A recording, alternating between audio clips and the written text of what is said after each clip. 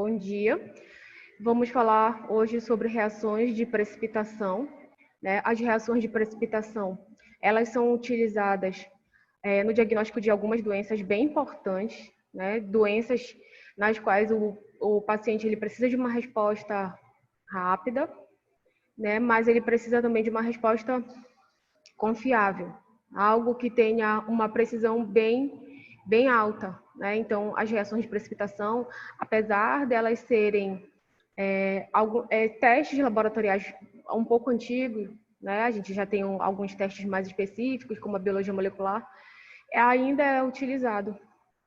E hoje a gente vai ver um pouquinho sobre cada tipo, né? Que eu acho interessante, mesmo que a gente não faça aqui, que vocês saibam o que é uma reação de precipitação, como é que ela funciona, né? Qual é o método que a gente pode utilizar, os materiais, quais são as vantagens e desvantagens do teste e quais são as características das doenças que a gente pode utilizar, né, para fazer esses testes. Então, vamos começar. Se a tela parar ou travar, ou o áudio não estiver legal, vocês podem mandar uma mensagem no bate-papo.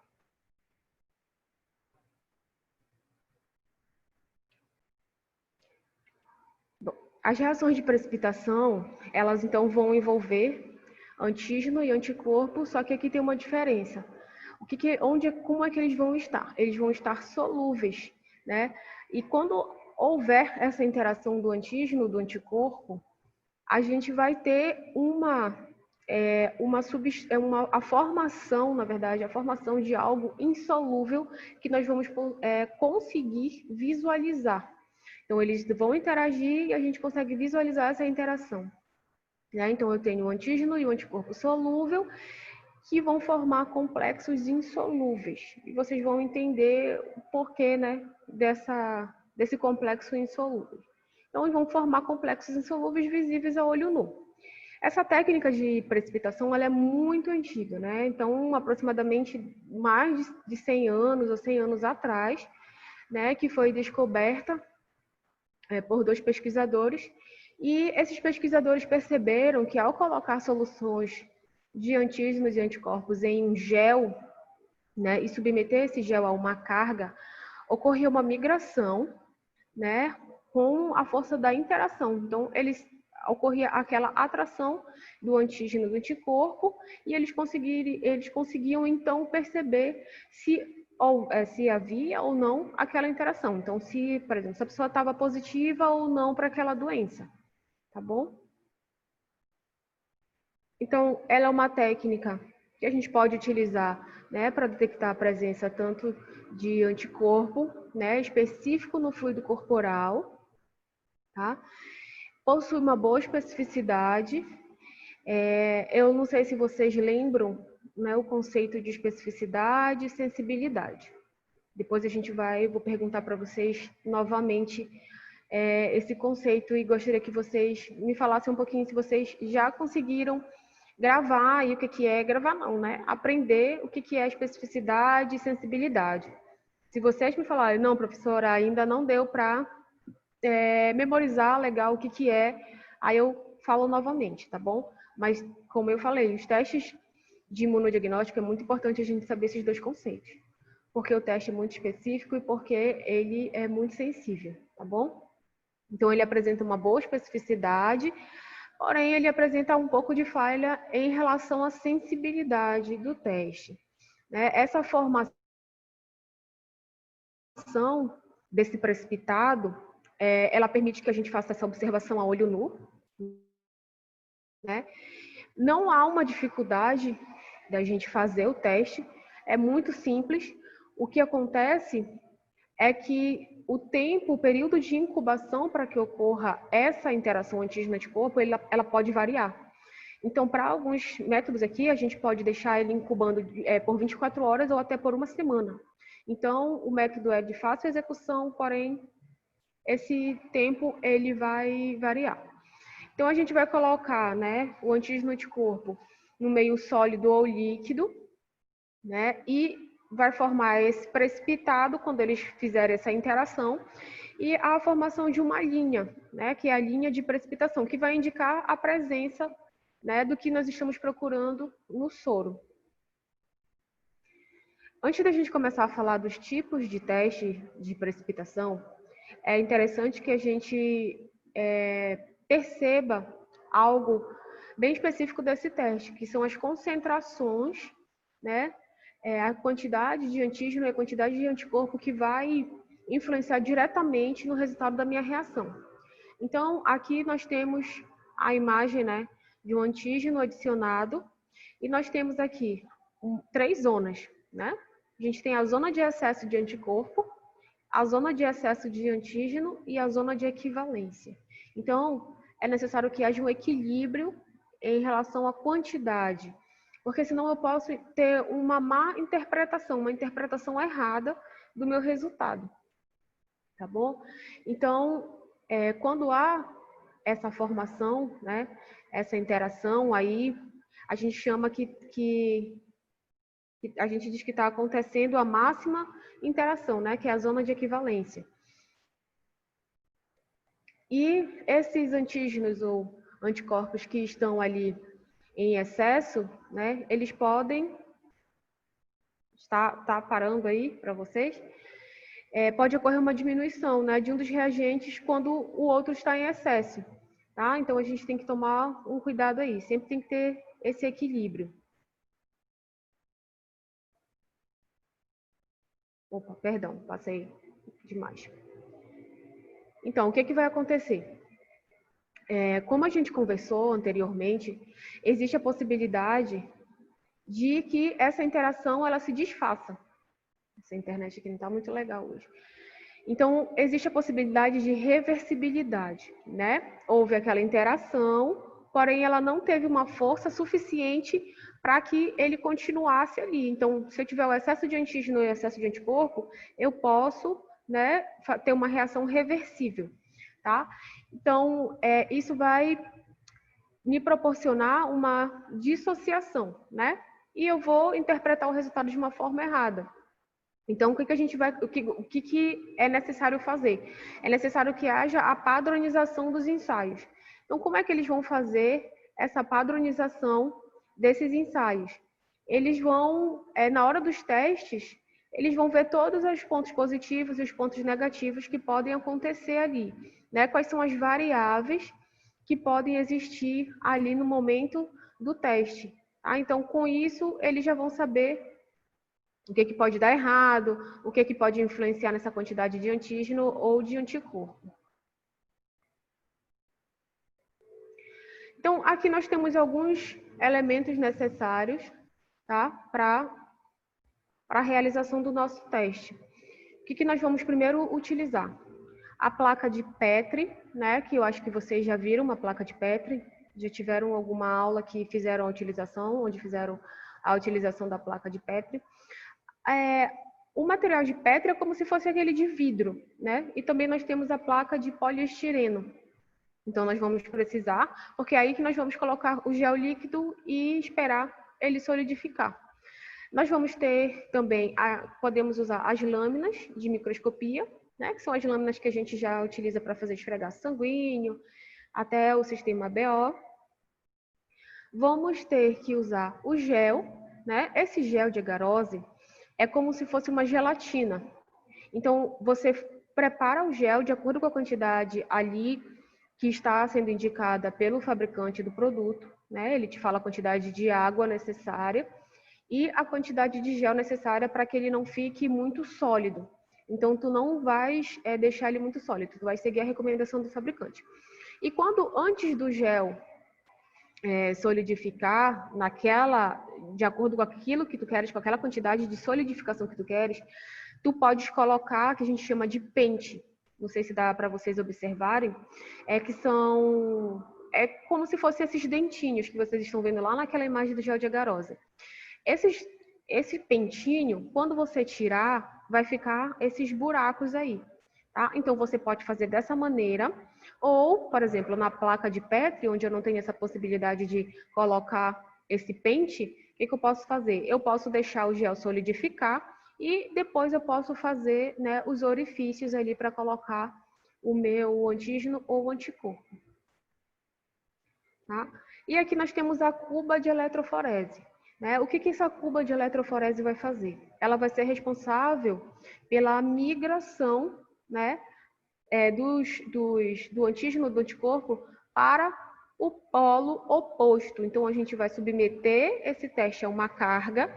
Essa carga elétrica ela vai fazer com que o antígeno anticorpo percorra o gel, né, até chegar lá no seu lugar ideal, que é a ligação, que é na ligação, né, que a gente vai querer. Então, aqui, a gente vai adicionar o gel, né, contendo antígeno ou não, dependendo do que a gente vai procurar. Geralmente vai ser utilizado o gel de agarose, né, pode ser o agar também. Não sei se vocês já fizeram, já produziram meio de cultura aqui na Isamás, não sei se vocês já fizeram, mas a gente também pode usar o agar, que é como também ele fica como o aspecto de uma gelatina.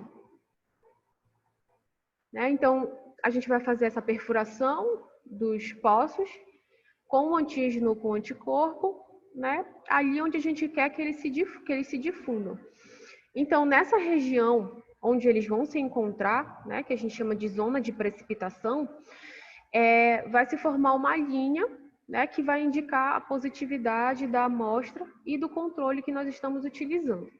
Tá bom? Então, esses são os materiais necessários que nós vamos utilizar e como a gente tem que fazer essa perfuração do gel. Ele é um método qualitativo, né? Porque nós já conversamos sobre essa relação do método ele ser quantitativo ou qualitativo, né? Então, como eu vou conseguir somente observar, né? Eu posso dizer que ele é um teste qualitativo. Se eu conseguir mensurar aquela interação, então eu posso dizer que ele é um teste quantitativo.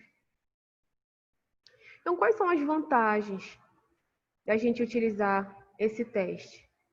As vantagens, né, como a gente falou, é muito fácil de você executar, né, uma técnica fácil de execução, muito simples, não requer muito treinamento para você executar.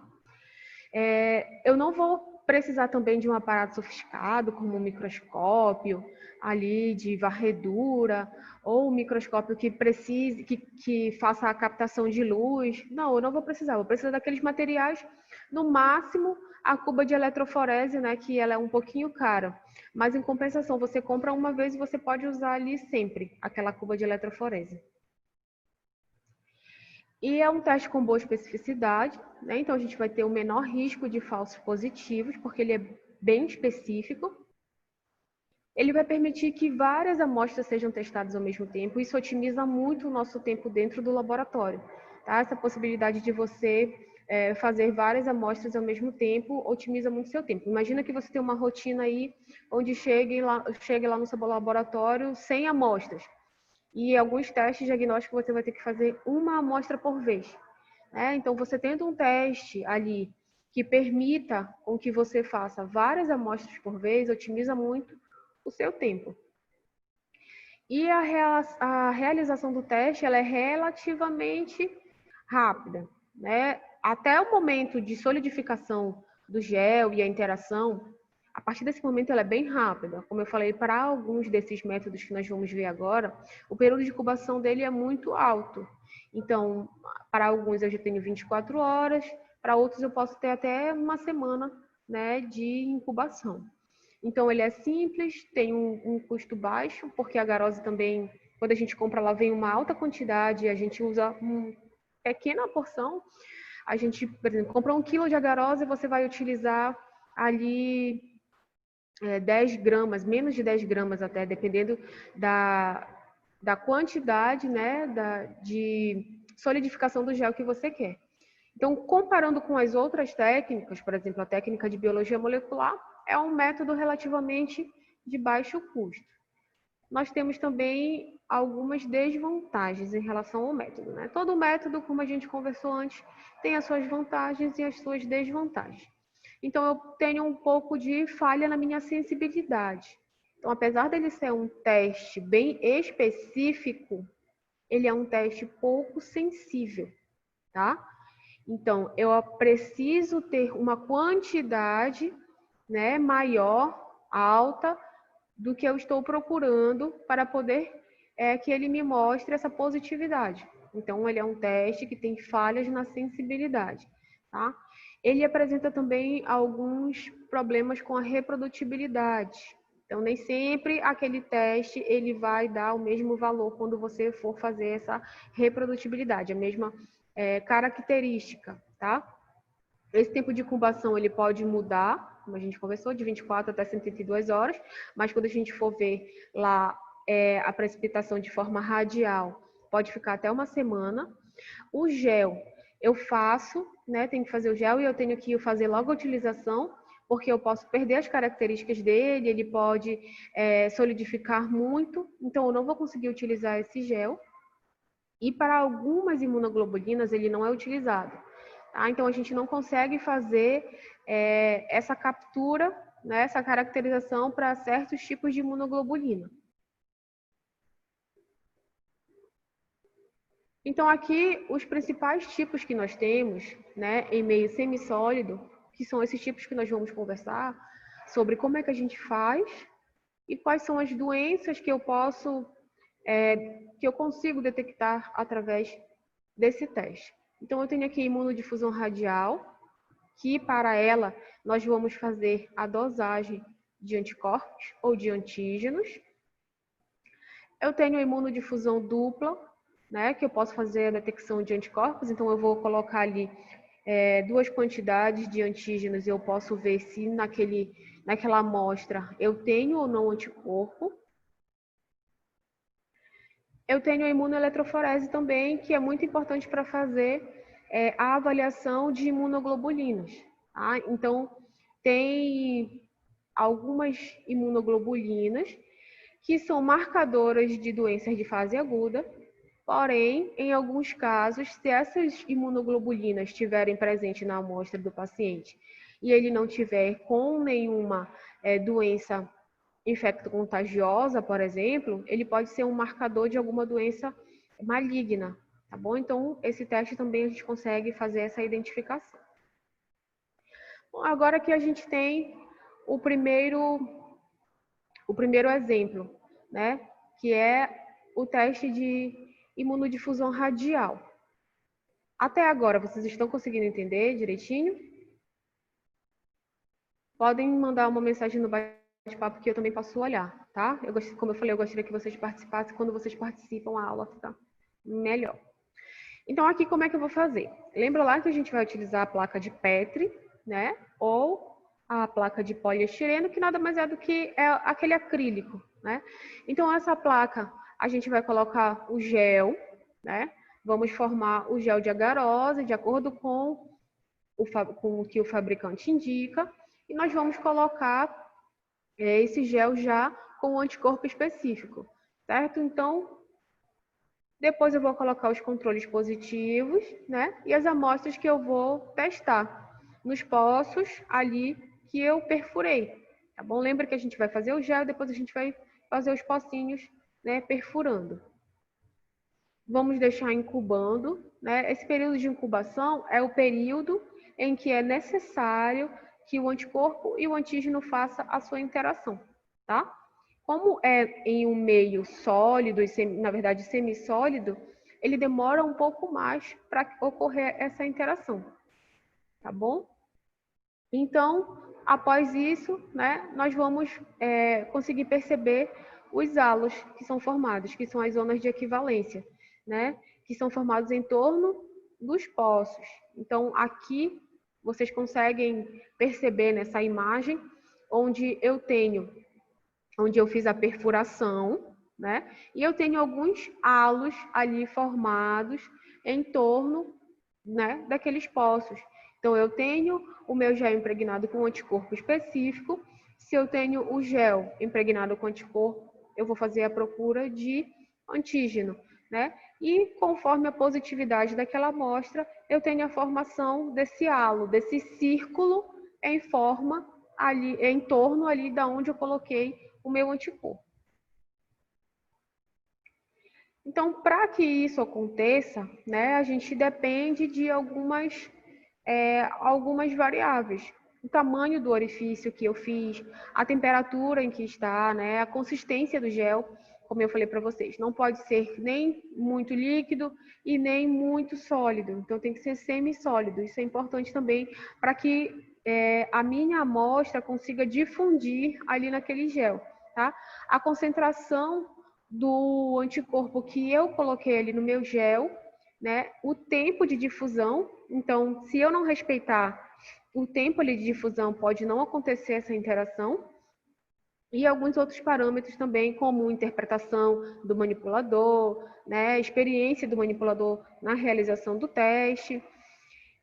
Esse diâmetro desse halo que é formado em torno ali do meu anticorpo, né, ele vai mostrar os padrões de concentração, que a gente chama de curva padrão.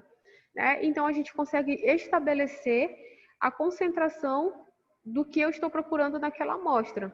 Tá? Então, aqui é um exemplo, olha só. Aqui eu tenho uma placa, né, uma placa de Petri, e eu consigo mensurar o tamanho do halo que foi gerado em torno do meu anticorpo, né, fazendo a mensuração desse raio que foi gerado em torno dele. Então, percebam que o diâmetro do halo, ele muda de acordo com a amostra, né? Vamos dizer que cada orifício desse, cada bolinha dessa aí, seja a amostra de um paciente diferente.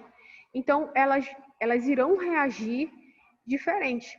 Percebam que a primeira, o halo lá em cima, ele formou, né, bem maior, ele é bem maior. O diâmetro desse halo, ele é bem maior, em comparação, por exemplo, com esse orifício aqui embaixo. Então, a gente consegue fazer uma continha ali e consegue mensurar o tamanho do halo. Mas só de você observar, você já consegue perceber, né, que tem uma diferença ali.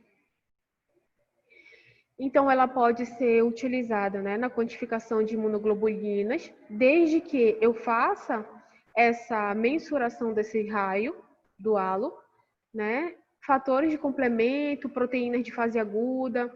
Então, eu posso fazer a mensuração de vários tipos de proteína. Tá? Então, aqui a gente tem a relação, né, do tamanho do halo para a quantidade do que eu estou procurando. Então, eu tenho ali no meu gel o anticorpo, né?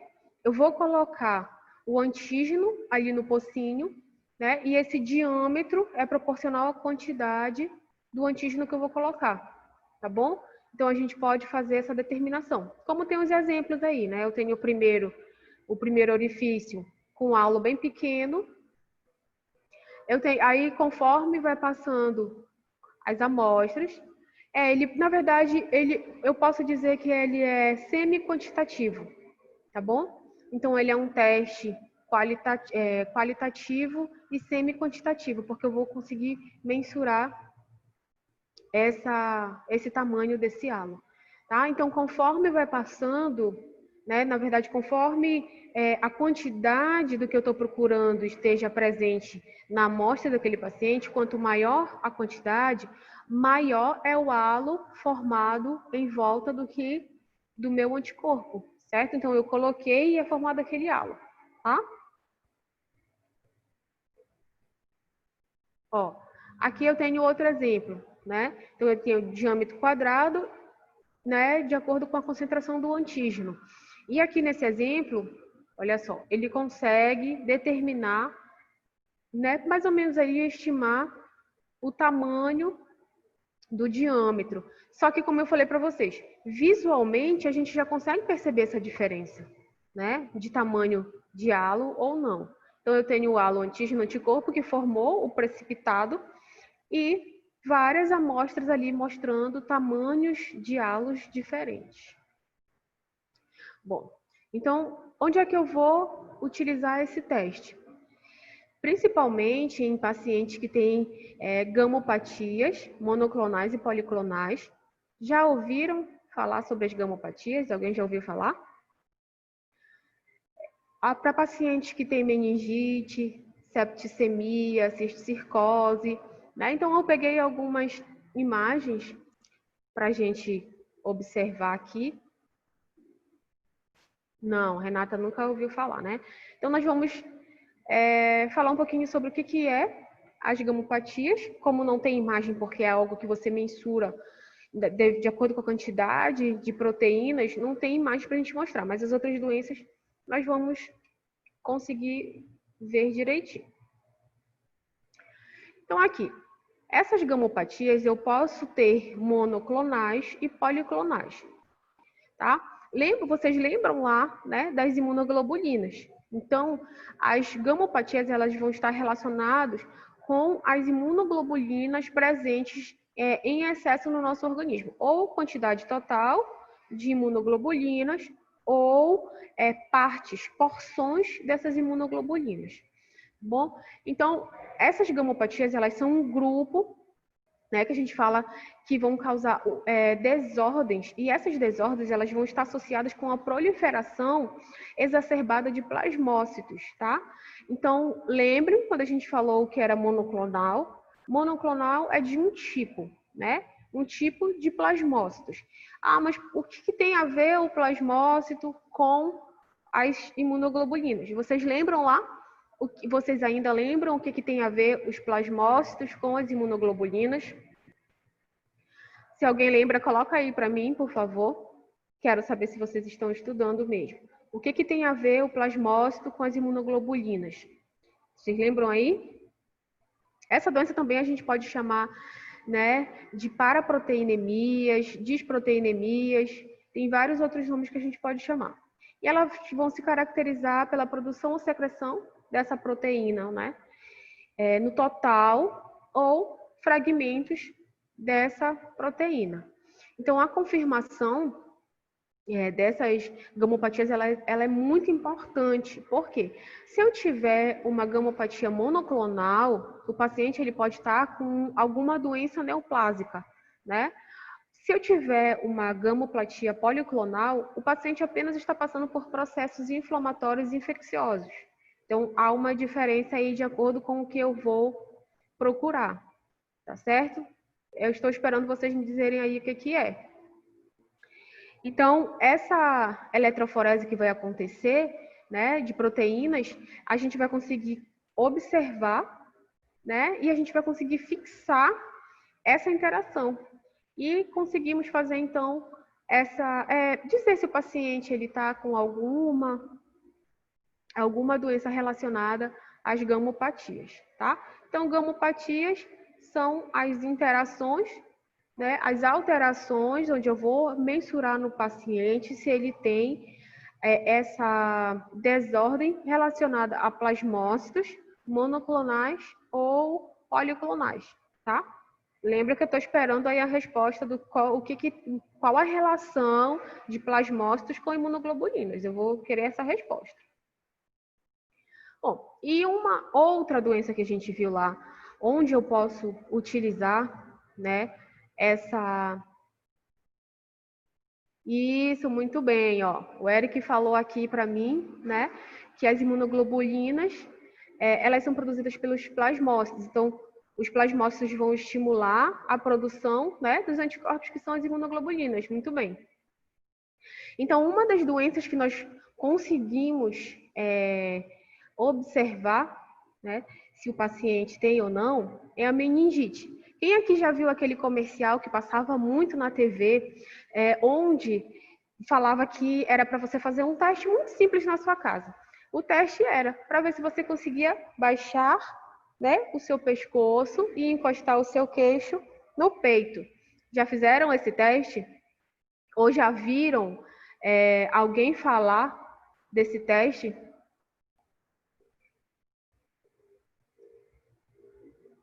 Sim, a Raíssa já viu, né? Então, sabem por que a gente tem que... Não, Renata? Nossa, era muito... E era uma coisa bem interessante, porque assim, passava no comercial que você tinha que conseguir fazer isso, né? Encostar o seu queixo aqui no peito. E se você não conseguisse encostar, provavelmente você poderia estar com meningite. Olha o medo. Então, toda vez que passava o comercial, todo mundo ali tentando encostar, né, o queixo no peito.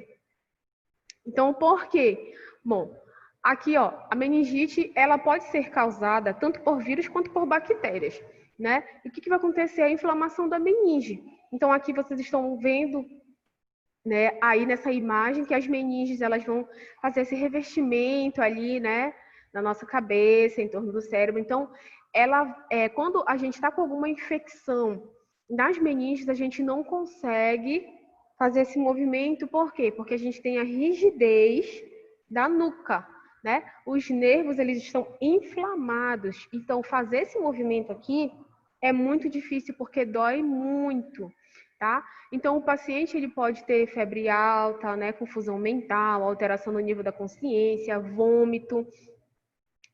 E outra coisa muito importante, há uma grande diferença entre meningite viral e meningite bacteriana.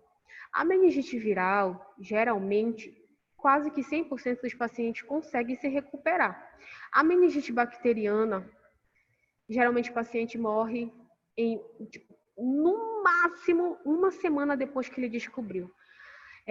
Às vezes, ele já morre, dependendo do nível de inflamação, de contaminação daquele local, ele pode morrer em 2 dias.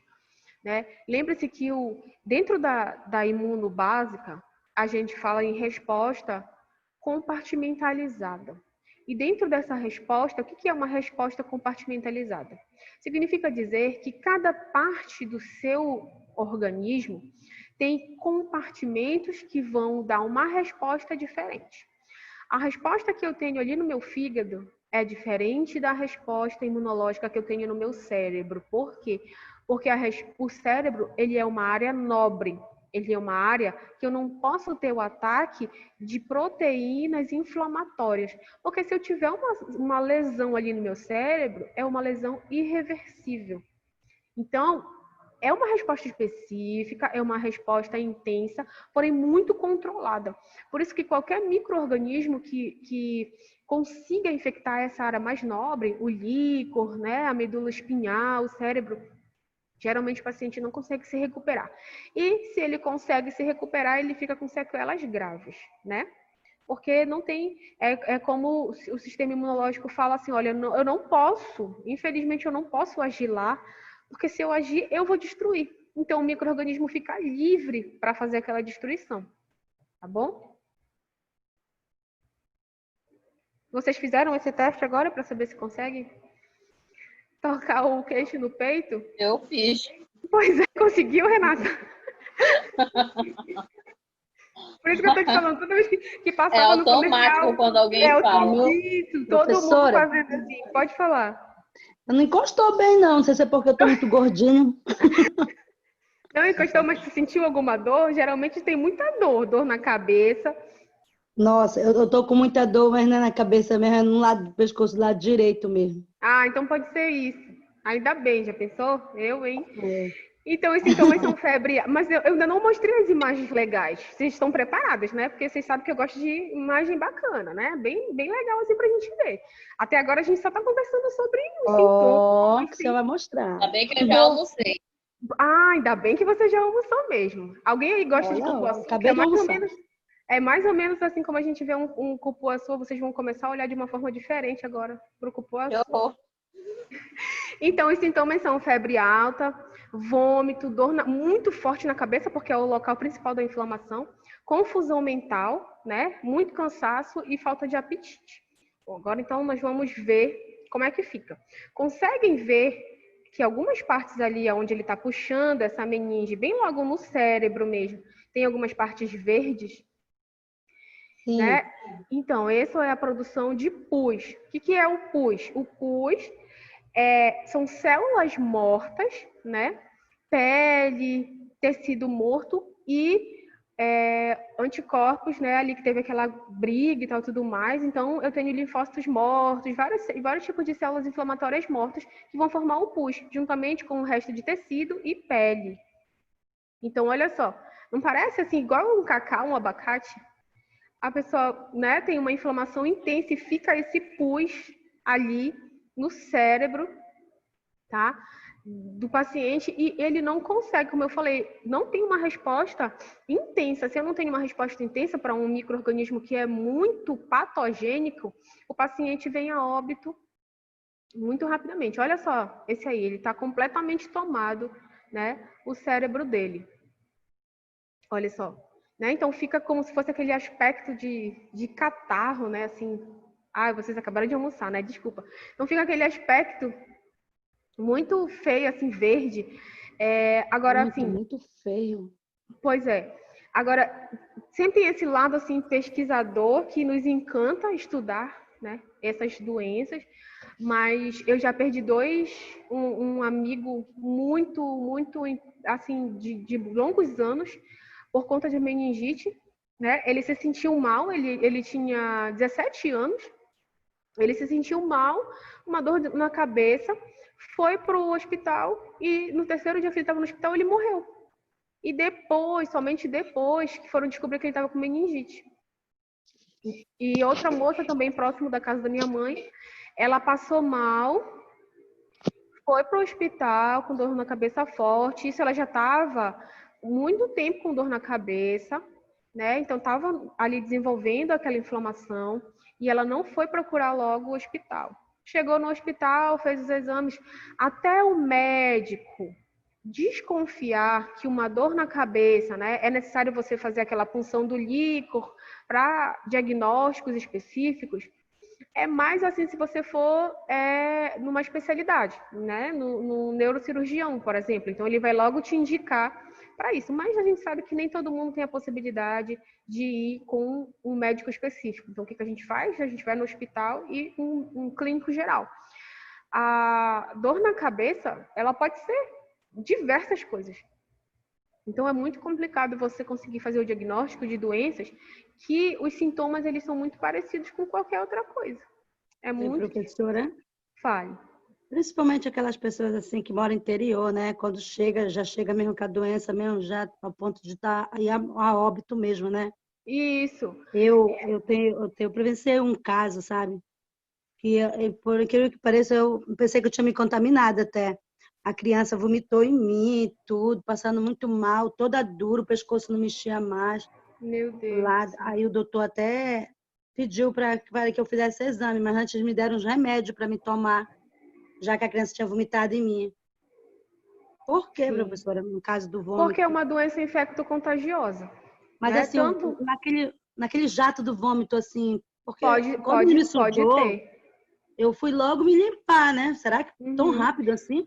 Não, porque na verdade a gente tem. Onde pegou em você? Pegou assim no meu peito para baixo, né? Não pegou no meu rosto em si, mas eles falaram que pode ser uma gotícula, né? Isso. Então a gente está lidando com micro-organismos que são, por exemplo, se for uma bactéria, vamos comparar ali uma bactéria com um vírus.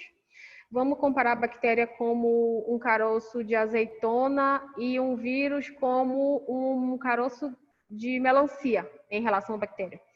Então, ainda assim, né, eles são muito pequenos. Um vírus é um tamanho de grão de areia, menor, 1000 vezes menor, isso muito vezes menor. Então, pode ser que alguma gotícula tenha, sei lá, pego na sua boca ou no seu olho e você nem sentiu, porque né, é como se fosse o corona, ali a gente pega no ar. Então, com aquele jato, é como quando você espirra, aquele seu espirro ele pode ir a muitos metros de distância. Então é mais ou menos isso que acontece com o vômito. O jato de vômito ele libera partículas que você poderia ter feito sem ingestão. E em uma gotícula, né, daquele jato poderia ter ali milhões de micro-organismos. Então a infecção é muito rápida mesmo. Eu lembrei que me deram um remédio tipo ripacina, uma coisa assim o nome. Ripacina. Deve ser algum...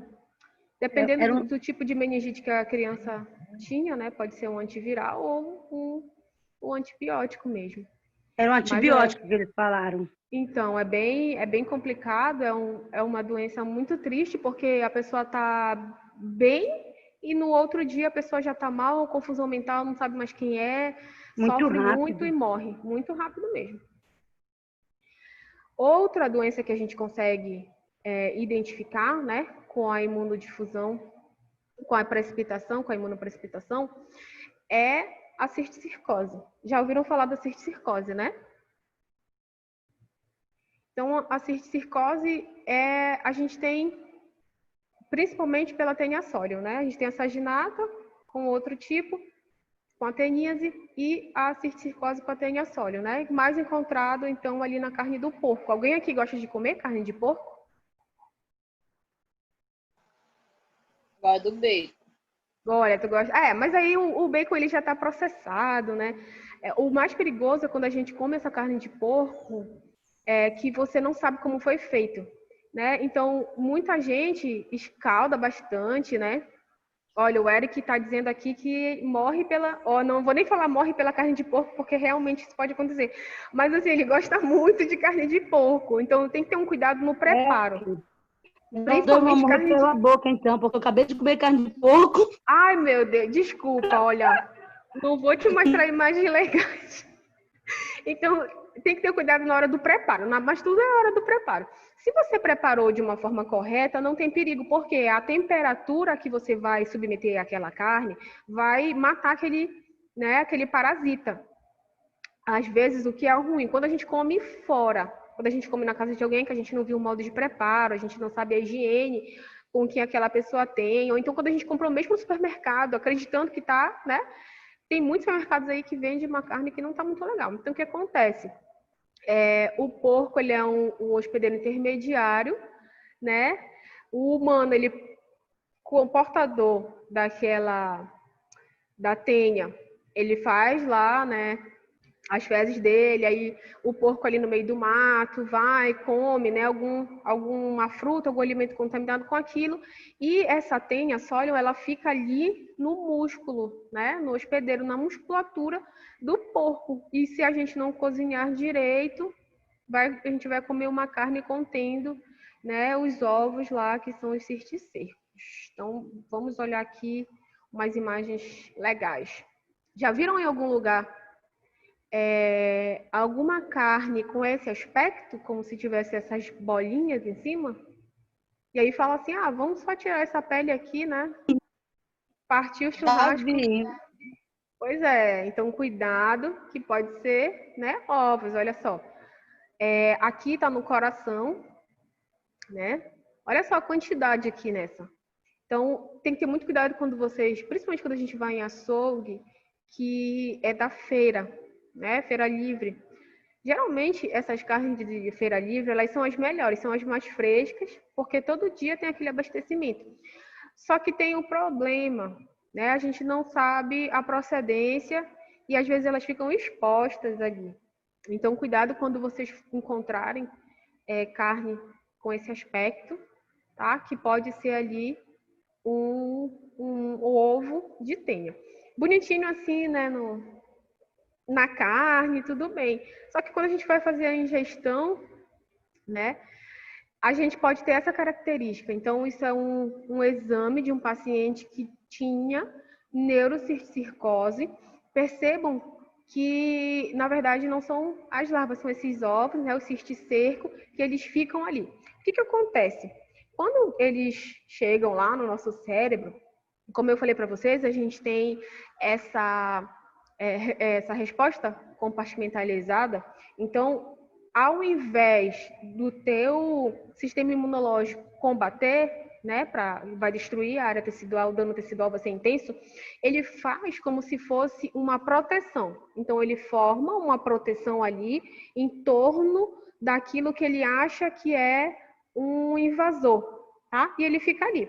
Qual é o problema? Quando o sistema imune baixa demais, aquela proteção pode ser destruída, e aquele micro-organismo que estava ali protegido no teu cérebro, ele vai infestar, né? Causando uma inflamação e tudo mais.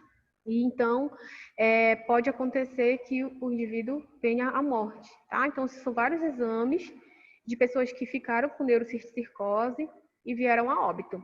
O mais recente que eu acompanhei foi ano passado, né, que aconteceu de um jovem lá na Índia, né, eu acho que ele tinha 18 anos, então ele...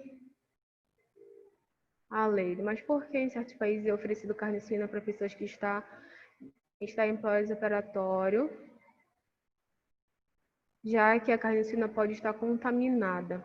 Eu ainda não tinha ouvido falar que ele é oferecido para pacientes em pós-operatório, porque Aqui na nossa região, a gente sabe que tem aquela história do... Ah, no Japão. Eu não sei porquê, eu vou procurar saber. Mas eu sei que aqui na nossa região, né, a gente sabe que existe aqueles alimentos remosos, né? Alguns lugares do interior falam reimosos, aqui a gente fala remosos, não sei como vocês falam. É relacionado principalmente com a carne de caça. Mas a gente vai conversar isso em outro momento. Mas é relacionado àquela liberação de histamina, que o paciente pós-operatório ele pode ter alergia. Imagina aí você, sei lá, fez uma cirurgia, você come uma carne de caça com alto teor de proteína e gordura e você começa a sofrer um processo alérgico e começa a coçar ali no local daquela sua cirurgia. Olha o transtorno que seria, né? Então, não sei se tem alguma especificidade porque eles oferecem, mas eu vou procurar saber. O que eu sei é que aqui a gente não come justamente quando a gente está nesse período pós-operatório. E como eu falei, também tudo depende da manipulação do alimento. Se o alimento for manipulado de uma forma correta, não tem problema. Tá? Então, olha só, o jovem morre após ter parasitas descobertos em seu cérebro. Ah, mas, poxa, será que ele não conseguiu ver antes? Imagina, isso é lá na Índia. Não sei se vocês viram, mas os casos... Dá só um exemplo aqui, os casos de coronavírus, né? Lá, anteontem, chegaram 80 mil em um dia. Então, é um país muito pobre, com uma baixa infraestrutura, né? Todas as outras doenças que chegam lá, logo fazem a festa. Justamente por conta dessa infraestrutura que tem no país. Então, olha só, ele procurou ajuda médica depois de ter convulsões e dores na virilha. O diagnóstico veio depois de uma ressonância, né, descobrindo então que ele tinha neurocircose, que é causada pela ingestão dos ovos. Então, vamos olhar aqui como estava essa ressonância magnética dele, se tinha muitos ovos ou não. Olha só a quantidade de ovos que tinha no cérebro do rapaz. Ele não tinha como resistir, né? Então, olha, ele, um jovem de 18 anos, né, morreu, chegou no hospital com dor na cabeça, quando foi fazer a ressonância, olha a quantidade de ovos ali que tinha no cérebro do paciente. Não tinha como fazer um tratamento, assim, específico, porque, como eu falei, a área do cérebro é uma área nobre, não tem como a gente fazer muitas intervenções, é sempre muito delicado.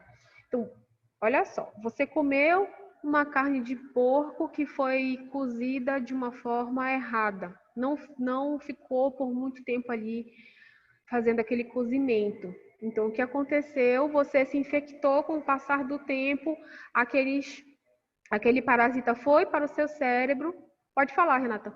E causou todo esse transtorno e você pode morrer por conta disso. Então, cuidado quando vocês forem comer, né, carne de caça. Isso, a tênia solium, ela é específica do porco, mas a gente tem várias outras carnes de caças aí que tem cada doença horrível.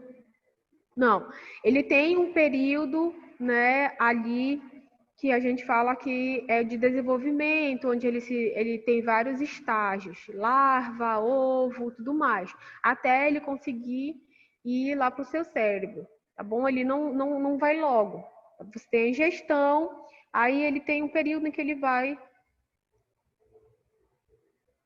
A tênia solium, sim, ela é mais específica. A saginata, ela já vai se alojar nas vísceras, né? E a solium, ela já vai se alojar no cérebro. Então, carne de boi, a gente pode... Tem aquela solitária, né, que a gente fala, onde vai estar ali nas nossas vísceras, intestino, tudo mais. E a do porco, cérebro. Então, geralmente a do porco, ela é a mais grave, né?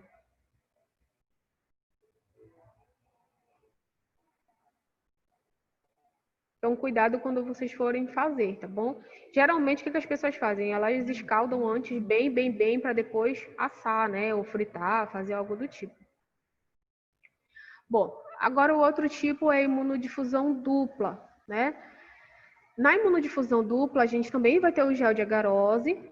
Vamos colocar ali, né? Na plaquinha, na placa de Petri e tudo mais. Só que, como o nome fala, imunodifusão dupla, nós vamos ter dois antígenos, duas quantidades de antígenos para um de anticorpo e ele vai formar esse halo entre eles, tá?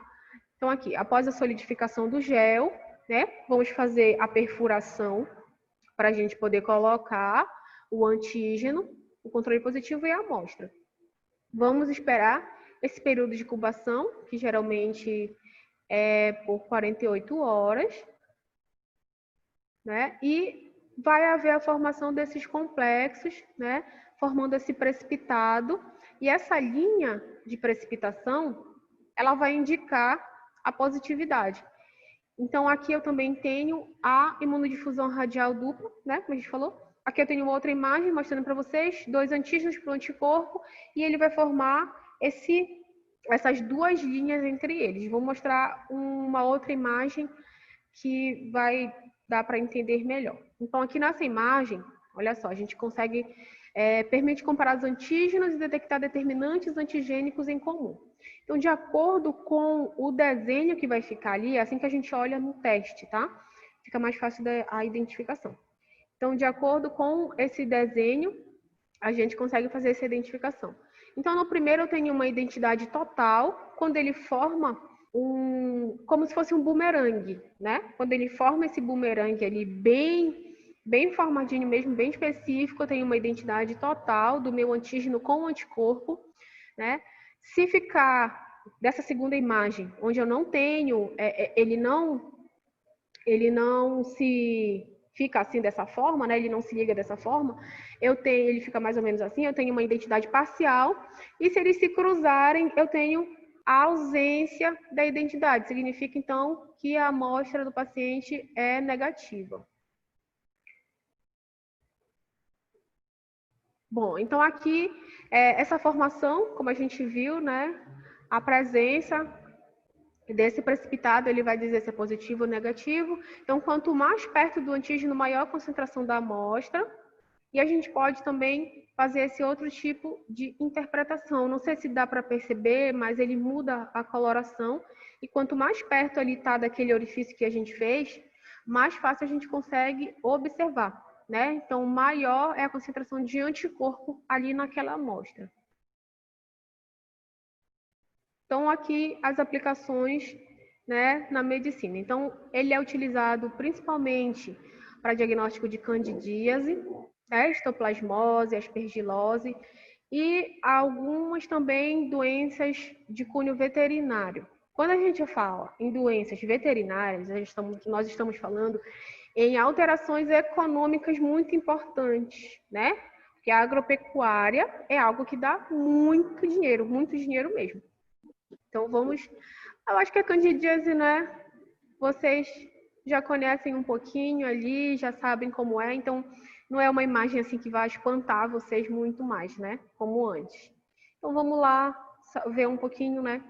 Da candidíase. Sabem que é ocasionada por um fungo, né? Aqui são algumas imagens do colo uterino de uma paciente com candidíase, lembrando que a candidíase, ela pode ser considerada uma IST, né? Só que muitas das vezes o homem é assintomático, tá bom? Então, esse aspecto que a gente fala de aspecto de goma de tapioca, né? Que pode acontecer na cavidade vaginal ou na cavidade oral também, tá? E aí, a gente se pergunta, mas como é que pode acontecer na cavidade oral? Eu deixo essa resposta aí para vocês. Não posso falar aqui, né? Porque a gente está sendo gravado. Mas, enfim, vocês já devem imaginar como é. Fica esse aspecto com muito ardor, coceira, né? Irritabilidade. Então, agora a gente tem alguns medicamentos que não demora muito para que você sinta a melhora desses sintomas, né? Mas aí, como eu falei, muitas só as mulheres que relatam candidíase. Não, mas nos homens também tem, né? E é o mesmo desconforto, talvez não tanto porque ele não fica soltando essa secreção, essa goma de tapioca, né? Mas também tem um desconforto ali considerável, tá? Se o paciente tiver com imunidade baixa, né? Então tem que ter um cuidado de fazer uma higiene íntima adequada, né? De não manter relação sexual quando você estiver em tratamento e fazer o tratamento junto com o seu parceiro. Então, é muito importante que eu faça tratamento e que meu parceiro faça tratamento. Por quê?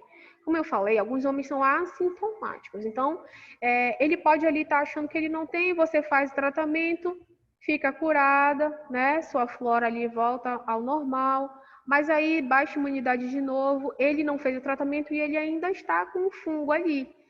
No momento que você tem relação sexual com ele, ele passa novamente para você e você começa a manifestar de novo. Aí você fica pensando, poxa, eu nunca fico curada, o que está acontecendo? Tal, não sei o quê.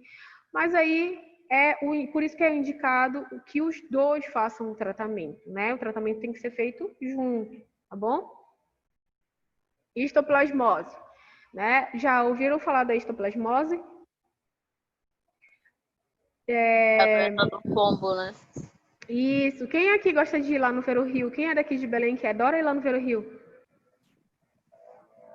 Não, Eu a ia Raíssa muito, não. agora não mais.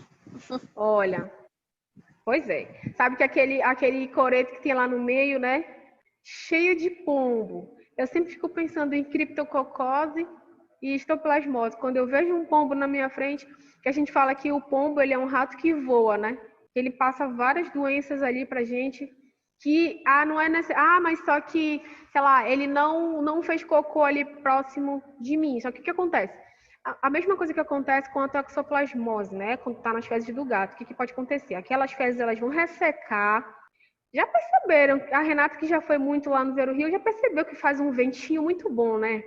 Aí você tá lá naquela ponte ali, linda e maravilhosa, batendo uma foto, falando, ai, que vento legal. E o vento está trazendo todas as partículas de fezes ali do pombo para sua boca, né?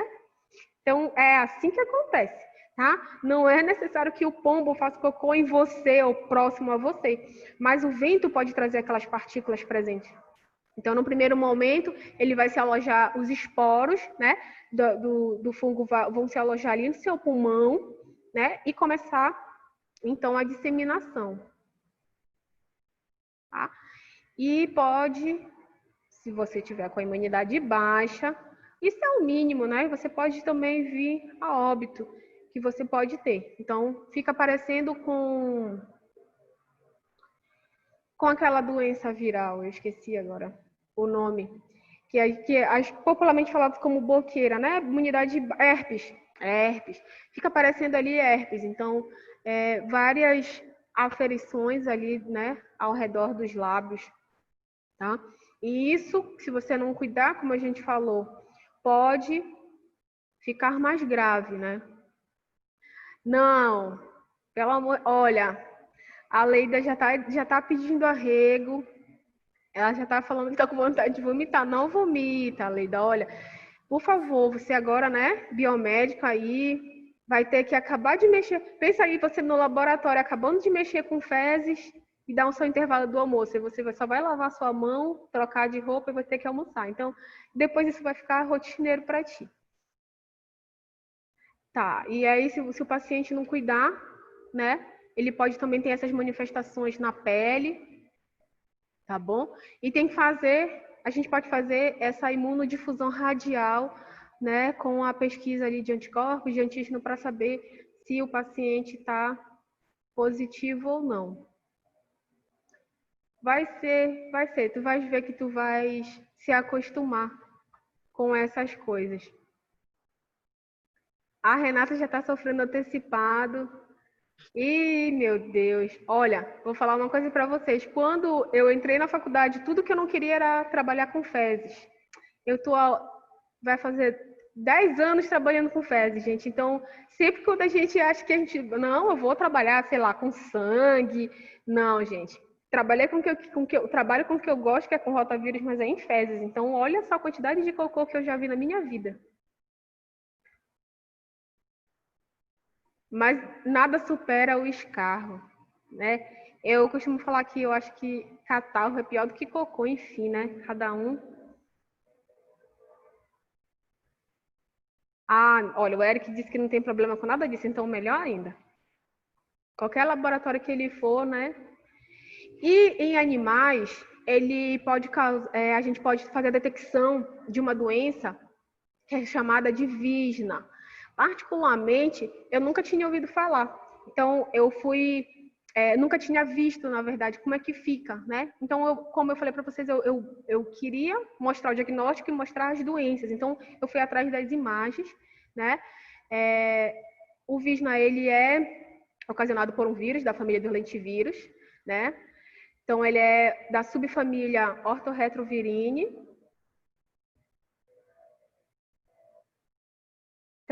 Olha, entendi.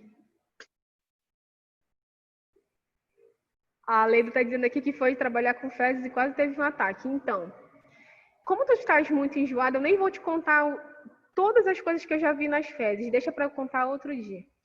Então, ele é ocasionado por um vírus, né?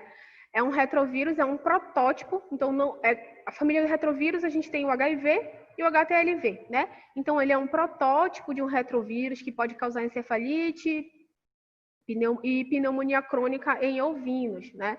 É conhecido como Visna, porque ele é encontrado no cérebro, né? E pode infectar também os pulmões ali dos ovinos. Então, ele vai causar como se fosse uma artrose, né? Essa artrite aqui, inflamação ali nas articulações, né? Dos ovinos, ovelhas, né? Cabras e tudo mais, tá? Ele pode causar esse tipo de inflamação. E como eu falei para vocês, tudo que tem a ver, né, ali com a agropecuária e tudo mais, é muito dinheiro que é gastado, que é gasto. Então, o médico veterinário, ele sempre tem que fazer solicitação de exames para saber se está tudo bem ali, né, com aqueles animais. E também a brucela, né, que a gente também pode fazer detecção através desse tipo de diagnóstico. Então, ela é uma doença crônica, principalmente em carneiros, né? Então, o que vai acontecer? Vai aumentar, né, ali a consistência do epídidymo e a atrofia dos testículos. Coitadinho do carneiro, né? Então, olha só como é que ele vai ficar, tá? Os testículos do carneiro vão ficar desse jeito aqui. Super aumentado, né? Mostrar. Não apareceu a imagem. Tinha outra imagem, eu acho que eu não coloquei aqui. Deixa eu ver se vai aparecer. Ó, vocês estão vendo? Deixa eu colocar aqui de novo. Deixa eu ver se dá para ver agora. Fica desse jeito aí, tá? Então, tem um aumento do testículo do carneiro. E, através desse tipo de diagnóstico, né, da imunodifusão dupla, radial dupla, a gente consegue detectar, né, se ele está contaminado ou não. Aqui é só um outro tipo, só para vocês saberem, né? É a linear, a imunodifusão simples, linear e a radial, que já é feito de uma forma diferente, onde a gente vai fazer em tubos, né? Então, a gente tem aqui o antígeno mais o gel, né? E o antígeno, onde tem a formação desse imunocomplexo.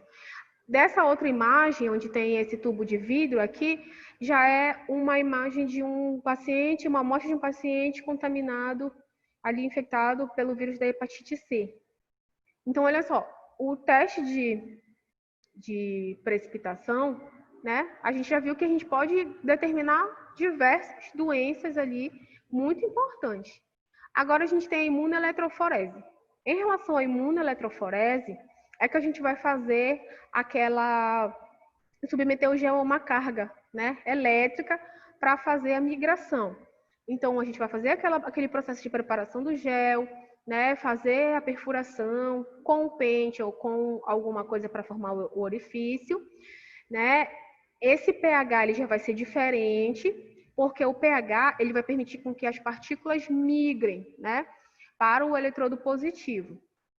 Tá bom? Então, eu vou colocar o meu anticorpo ou antígeno no poço ali, né? Vou colocar na minha cuba de eletroforese horizontal, lembram daquela cuba? Vou submeter ele a uma carga elétrica e essa carga elétrica ela vai ser responsável pela migração ali, né, do antígeno, tá? Então, ela vai migrar do polo negativo para o polo positivo, porque eu vou submeter a uma carga elétrica, tá? Então, eu vou fazer um corte ali, né, naquela canaleta entre os poços e vou preencher com o meu anticorpo, E a imagem que eu vou ter é mais ou menos essa. Ela vai formar ali como se fosse um halo, né? Esse borrão que vocês estão vendo é a imunoeletroforese. Isso significa que aquela amostra é positiva, que ela migrou, tá? É como se ficasse aquele rastro ali de migração. Bom, aqui, a gente pode, né, em relação à interpretação dos resultados, nós podemos fazer a identificação desses resultados baseado na intensidade da cor, né, que vai ficar ali na intensidade do que nós vamos ver, né, dessa linha. E cada arco de precipitação representa um antígeno, então eu posso usar, né, mais de um antígeno ali diferente naquela amostra. Tá bom? Então, qual é a diferença para os outros? É que na imunoeletroforese, eu vou submeter o meu gel a uma carga elétrica, tá? Então, partículas ali de imunoglobulinas, eletro, que é a carga elétrica, né? Eletroforese, que é a migração através da submissão a uma carga, a um estímulo elétrico. Então, ali é o mesmo sistema, né? Que a gente viu anteriormente. Eu posso fazer a aferição de imunoglobulinas, né, de pacientes que têm septicemia, cisticose, tá bom? Bom, então a nossa aula de hoje era até aqui, né? Eu posso fazer esses testes, então o que eu queria que vocês soubessem? Que é um teste feito em gel, certo? Onde eu vou poder fazer a aferição de anticorpos e de antígenos, sendo que eu tenho diversos tipos, né, de diagnóstico dentro dessa precipitação. Uns nos quais eu só vou usar o gel sem submeter a carga, né, elétrica, e no outro eu posso submeter a carga elétrica. A realização do teste é muito simples. Eu faço o gel, coloco meu anticorpo ou meu antígeno, espero o período de incubação e vou fazer a interpretação, né?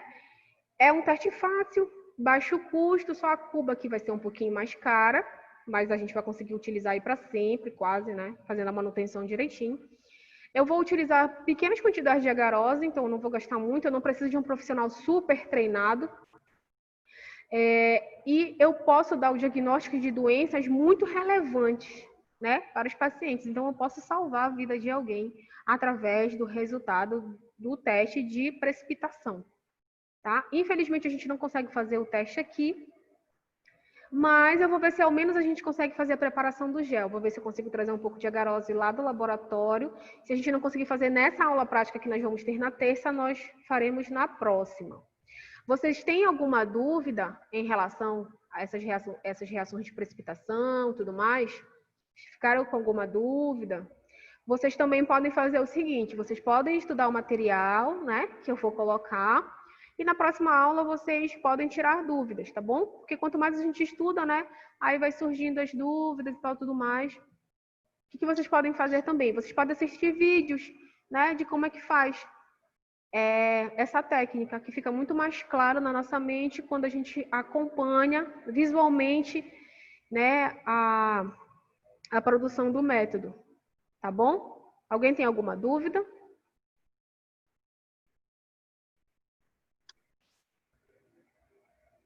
Não vomitem, por favor, tá? Eu prometo que o próximo teste a gente não vai ter doenças assim, né, com uma característica visual tão horrível, mas algumas doenças assim que podem matar, como HIV, hepatite C, mas nada que você vá conseguir olhar, né? O HIV ainda deixa algumas características, mas não. Eu acho que as doenças parasitárias e bacterianas elas ainda são piores, né? Bom, então se vocês não têm nenhuma dúvida, eu queria agradecer a presença de vocês. Acho muito legal quando vocês participam. Já falei isso, que eu faço a aula pensando em vocês, né? Querendo colocar algo diferente para chamar. Sim. Tá. Isso, Raíssa. Pode assistir alguns vídeos para te entender legalzinho como é que faz. Ler com calma. Eu vou deixar um material em PDF, vou deixar a aula, né? Então, como eu falei, eu faço O slide que eu usei semestre passado não é o slide que eu estou usando agora, então sempre eu estou tentando mudar, colocar coisas novas, imagens, para que a aula não seja cansativa, né? Porque já é uma aula online, que a gente não está muito acostumado. Então, se for alguma coisa cansativa, fica meio chato. Então, eu gosto muito quando vocês participam, tá? Então, eu queria agradecer a presença de vocês e terça-feira, tudo der certo. Olha, se vocês forem viajar, tá? Voltem na segunda de tarde, porque terça vocês têm aula, tá bom? Segunda é feriado, né? Eu espero vocês aqui na terça-feira, tá bom? Boa tarde a todos. Eu vou encerrar aqui. Deixa eu. Tchau, professora. Boa tarde. Tchau, boa tarde. Boa tarde. Alguém quer falar mais alguma coisa? Pode falar. Não, eu ia falar. Professora, Pode falar. A senhora pediu para fazer algum trabalho e mandar para o seu e-mail, não pediu? É para te fazer o roteiro da aula prática. Na aula prática, na verdade, né? Aquela atividade da aula prática. Então, eu fiz lá, eu queria que a senhora desse uma olhadinha, porque como eu não fui para a prática, mas a senhora falou que eu podia fazer, né? Isso. E assim, para a senhora poder me orientar, ver se também tirar mais dúvida que na hora que eu tenho, sabe? Mas eu quero primeiro que a senhora corrija para ver se eu posso melhorar, se eu estou certa, se eu estou errada mesmo, se eu fiz totalmente errado. Tá bom, tudo bem. Pode deixar.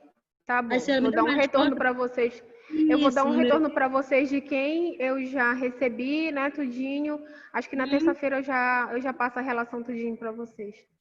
Tá bom. Eu espero que também terça-feira eu esteja por aí já. Ah, tá certo. Tá. Obrigada, professora. Então, bom final de semana, bom estudo aí para vocês. Até mais. Obrigada também. Bom para a senhora também.